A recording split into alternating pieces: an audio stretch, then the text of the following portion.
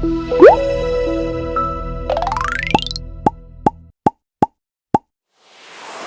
semuanya, selamat datang dalam video pemahaman sistem penyediaan air minum. Dalam video ini, saya Bang Spam akan menjelaskan proses sistem penyediaan air minum, bagaimana prosesnya hingga sampai ke masyarakat. Dan sesuai dengan namanya, Spam merupakan serangkaian proses yang dilakukan untuk menyediakan air minum kepada masyarakat.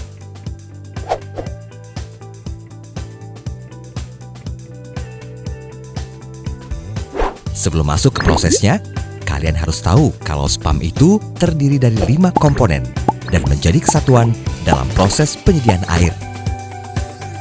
Berikut rinciannya.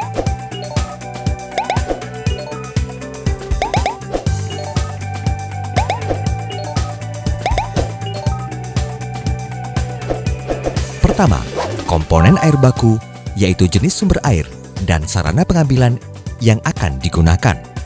Selanjutnya, komponen kedua adalah komponen transmisi air baku yang dilanjutkan untuk dialirkan. Ketiga, komponen unit produksi, yakni proses pengolahan air. Keempat, komponen unit distribusi, yaitu saat air dialirkan kepada konsumen. Terakhir, komponen kelima, yaitu unit pelayanan. Yuk kita bahas satu-satu. Pertama, kita masuk ke proses pengambilan air baku yang berasal dari sumbernya. Seperti kita ketahui bersama, kalau sumber air baku itu berasal dari 2 jenis, yaitu air permukaan dan air tanah. Apa sih yang membedakan kedua sumber tersebut? Air permukaan itu berasal dari sungai atau danau. Jenis air ini tidak memenuhi standar kualitas sebagai air minum. Jadi harus melalui proses pengolahan lengkap bila ingin menjadi air minum. Lalu, air tanah, yaitu mata air atau air sumur.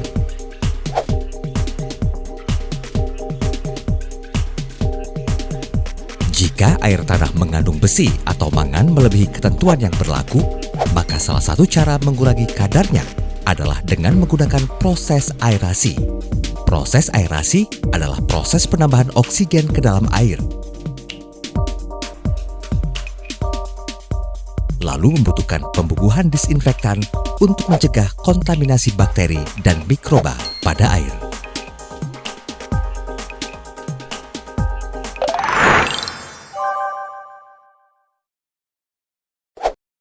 Perlu kita ketahui, sebelum air diolah, tentu saja harus memiliki sarana pengambilan air baku.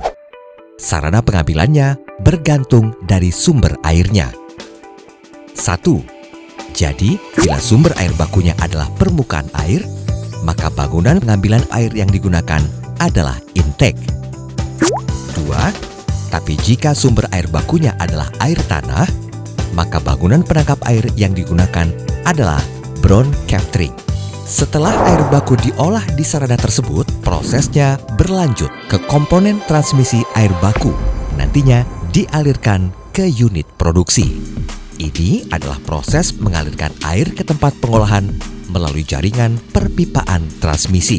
Pada proses transmisi air baku, air dialirkan ke tempat pengolahan melalui jaringan perpipaan transmisi.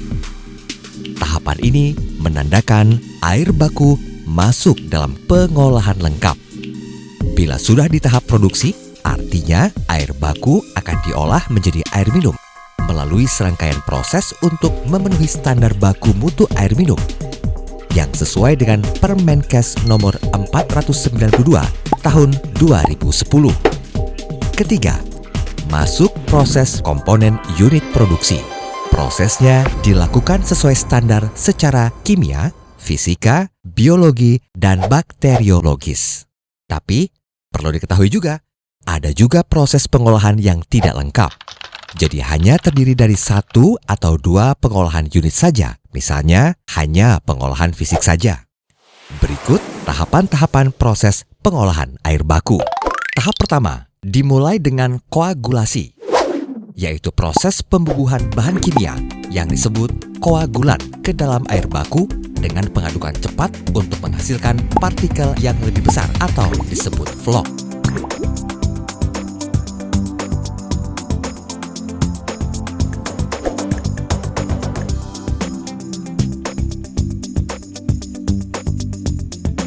Setelah proses koagulasi, berikutnya adalah proses flokulasi. Flokulasi adalah proses pengadukan lambat agar partikel yang sudah terbentuk atau flock menjadi lebih besar, sehingga partikel atau flock dapat mengendap secara gravitasi.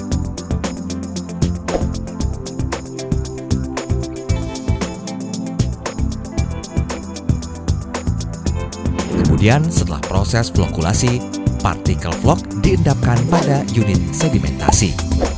Proses ini disebut proses pengendapan.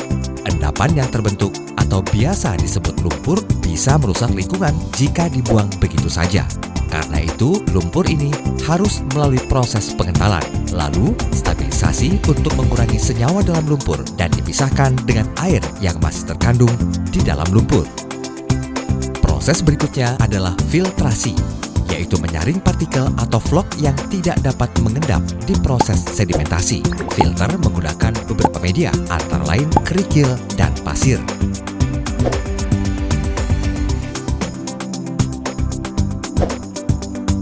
Terakhir, ketika air sudah terfiltrasi, kemudian dialirkan ke reservoir untuk kemudian dilakukan pembubuhan disinfektan. Fungsinya adalah membunuh bakteri dan mikroba lainnya.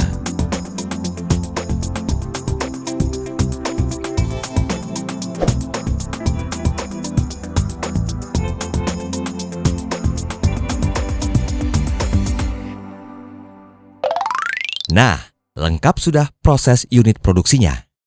Selanjutnya adalah cara kerja pengaliran air yang perlu kamu ketahui. Dapat dilakukan secara gravitasi, yaitu penggunaan sistem yang pemeliharaannya lebih murah karena menggunakan sedikit mekanikal dan tidak menggunakan listrik. 2. Pemompaan untuk sumber air yang lebih rendah. Namun perlu diketahui, proses ini bergantung pada kekuatan pompa. Prinsipnya, semakin besar kekuatan pompa, maka akan memakan lebih banyak energi. 3. Kombinasi antara gravitasi dengan pompa, di mana gravitasi akan digunakan ketika air disalurkan ke instalasi pengolahan air. Itulah gambaran proses dari unit produksi sistem pengolahan lengkap penyediaan air minum. Lalu bagaimana cara menentukan sarana yang sesuai dengan jenis air bakunya? Sumber air baku yang berasal dari air permukaan pada umumnya membutuhkan pengolahan lengkap. Sedangkan sumber air baku yang berasal dari tanah atau mata air tidak harus melalui pengolahan yang lengkap. Setelah mengetahui proses pengolahan air baku, proses keempat adalah proses distribusi yang menggunakan jaringan pipa distribusi untuk membawa air dari bak penampung reservoir sampai ke pelanggan. Nah, jaringan pipa distribusi ini diklasifikasikan menjadi 3, yakni 1. Pipa induk atau pipa transmisi, 2. Pipa cabang atau pipa sekunder, 3. Pipa tersier. Pipa distribusi mengalirkan air dari reservoir ke pipa sekunder. Kemudian pipa sekunder mengalirkan air ke pipa tersier. Setelah itu, barulah air dialirkan ke sambungan rumah setiap konsumen. Ada 2 pola yang biasa digunakan oleh sistem pipa distribusi tersebut. Rinciannya sebagai berikut. 1. Pola cabang atau open system, yang merupakan jaringan pipa yang dinilai lebih ekonomis karena jalurnya lebih pendek.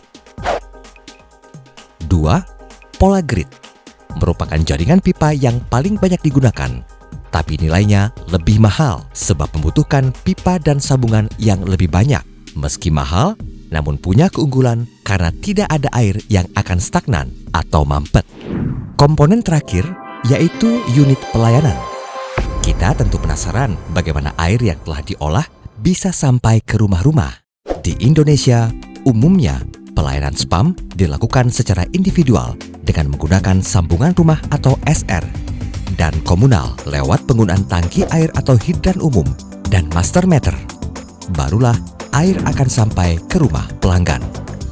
Jika pelayanannya secara individual, maka dilakukan dengan mengalirkan air langsung ke rumah pelanggan dengan menggunakan pipa yang dilengkapi dengan meter air.